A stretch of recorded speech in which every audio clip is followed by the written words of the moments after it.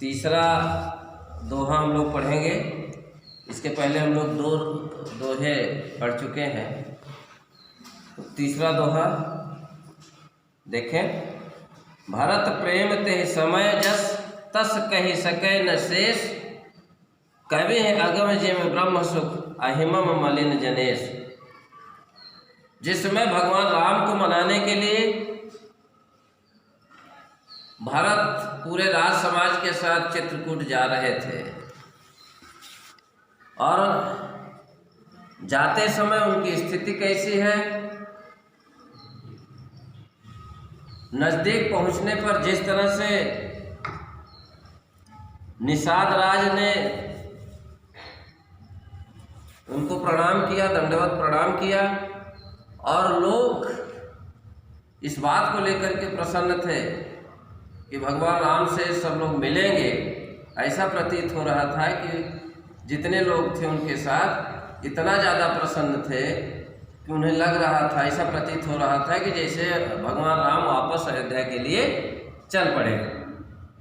उस समय भरत की स्थिति ऐसी थी। करा है लेखक कवि तुलसीदास जी कहते हैं, भरत प्रेम ते समय जस तस कहि सकै न शेष। जो भरत का भगवान राम के प्रति प्रेम था, उनकी जो भक्ति थी, उसका वर्णन संभव नहीं। और यहाँ तक तुलसीदास जी कहते हैं, कवि अगम जिम ब्रह्म सुख अहिमम मलिन जनेश।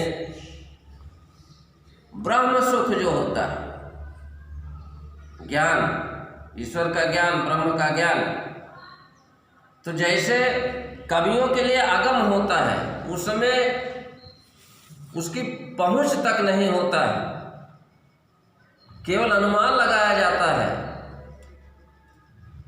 तो जब उनके लिए असंभव है भारत की स्थिति का वर्णन करना, कवियों के लिए असंभव है। जो श्रेष्ठ लोग हैं, सज्जन हैं, संत हैं, उनको भरत का चरित्र, भरत का जो उस समय भरत की जो स्थिति थी उसका वर्णन संभव नहीं है। तो मम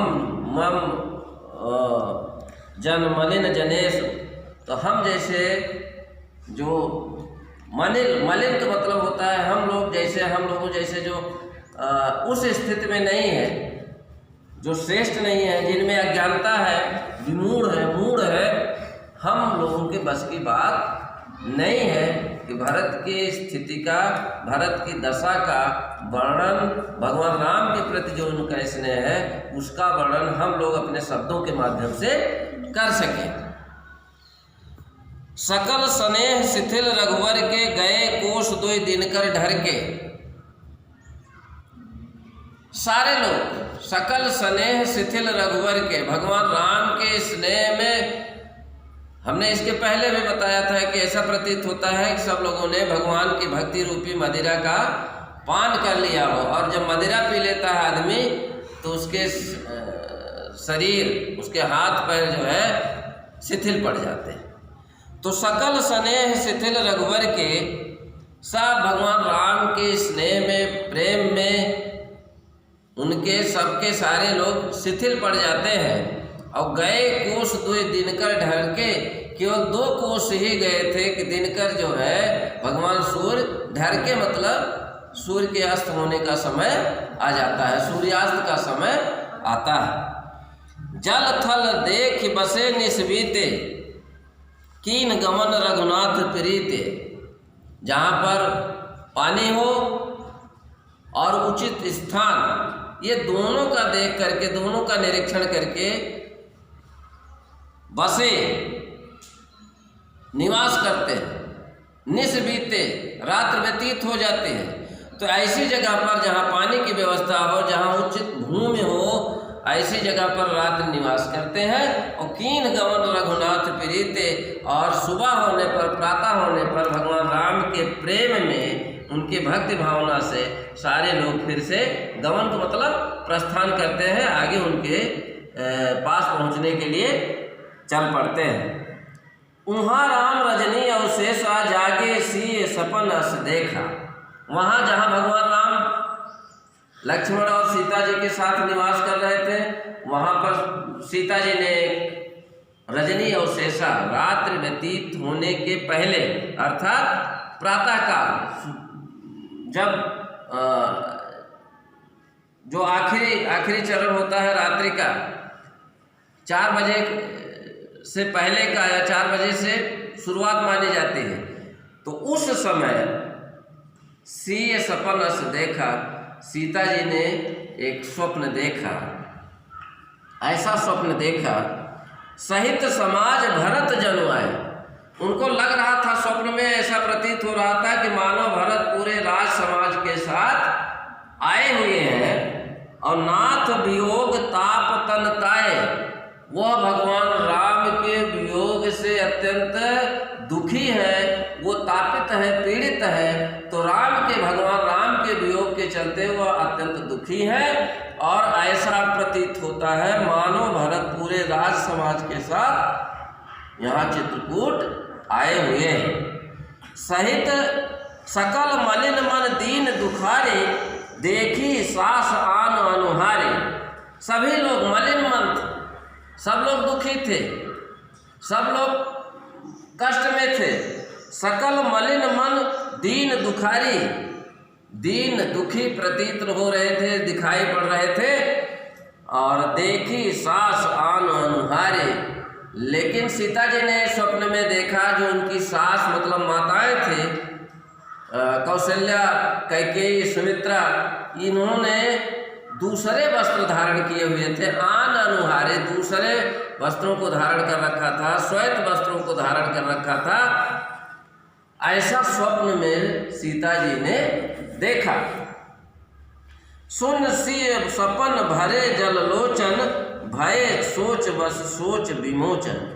सुन सिय सपन, प्रातःकाल जब सीता जी उठती है, भगवान राम को यह स्वप्न बताते हैं, तो भगवान राम के नेत्रों में आंसू आ जाते हैं। और भय सोच बस सोच विमोचन, जो सोच को, शंका को, चिंता को दूर करने वाले होते हैं, अर्थात भगवान राम जो सबके शोक को दूर करते हैं, सबकी चिंता को दूर करते हैं, ऐसे भगवान राम स्वतः खुद सोचबस हो जाते हैं, चिंतित हो जाते हैं। जो सबकी शंकाओं का निवारण करने वाले होते हैं, जो सबकी चिंता को दूर करने वाले होते हैं, वही भगवान राम स्वतः चिंतित हो जाते हैं। तो लखन सपन यह नीक न होई, कठिन कुचाह सुनाई कोई। कहते हैं लक्ष्मण से कि हे लक्ष्मण, यह स्वप्न नीक नहीं होगा, अच्छा नहीं होगा। कोई कठिन कुचाह, जिसको हम लोग नहीं चाहते, कुचाह मतलब खराब चीजें, जिसको हम लोग सुनना नहीं चाहते हैं, कोई ऐसी कठिन चीज निश्चित रूप से हम लोगों को सुनाई पड़ेगी। क्योंकि सीता जी ने यह स्वप्न देखा है, सीता ने इस तरह का स्वप्न देखा है और यह प्रातः काल का स्वप्न है, इसलिए यह स्वप्न ठीक नहीं होगा। कोई कठिन, जिस चीज को हम लोग नहीं सुनना चाहते हैं, वह चीज निश्चित रूप से हमको सुनना पड़ेगा या सुनाई पड़ेगा, ऐसा अनुमान भगवान राम लगाते हैं और लक्ष्मण से कहते हैं। अस कहि बंधु समेत नहाने, पूज पुरार साधु सनुमाने। ऐसा कह करके, इस तरह की बातें करते हुए बंधु समेत नहाने, मंदाकिनी के तट पर, मंदाकिनी में भगवान राम लक्ष्मण के साथ स्नान करते हैं और शंकर भगवान और शंकर भगवान की उपासना और सज्जनों का, वहाँ जो साधु इत्यादि थे, उनका सम्मान आदर करते हैं, उनकी भी प्रार्थना वंदना करते हैं, भगवान शंकर की भी उपासना करते हैं। ये सारी स्थितियाँ होती हैं। अब एक छंद है, उसको देखिए। सन्मान सुरमुन बंद बैठे, उत्तर दिश देखत में। स्नान करने के बाद, भगवान शंकर की उपासना के बाद, संतों का आदर सम्मान करने के बाद वो बैठते हैं आसन ग्रहण करते हैं, तभी उत्तर दिश देखत भय, उत्तर दिशा की तरफ वो देखते हैं। नभ धूर खग मृग भूर भागे, विकल प्रभु आश्रम गए। आसमान में धूल उड़ रही है, खग मृग भूर भागे, खग और मृग पक्षी और जो जानवर हैं वो भयभीत होकर के, भाग करके, व्याकुल होकर के भगवान के आश्रम में, जहाँ भगवान रुके हुए थे, ठहरे हुए थे, उधर सारे जानवर और पक्षी भयभीत होकर के पहुँच रहे हैं और आसमान में धूल उड़ रही। तुलसी उठे अवलोक के कारण काह चित सकचित रहे।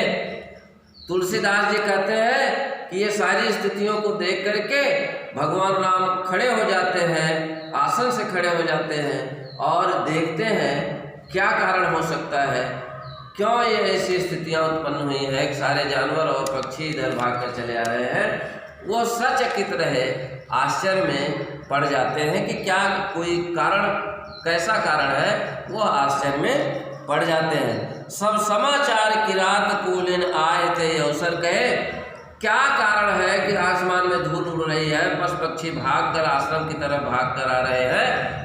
ये सारी सूचना एकत्रित करके उस समय जो कोल और किरात लोग थे, वो सारे जो जंगल में निवास करने वाले लोग थे, वो सारी सूचना इकट्ठा करके भगवान राम से आकर के बताते।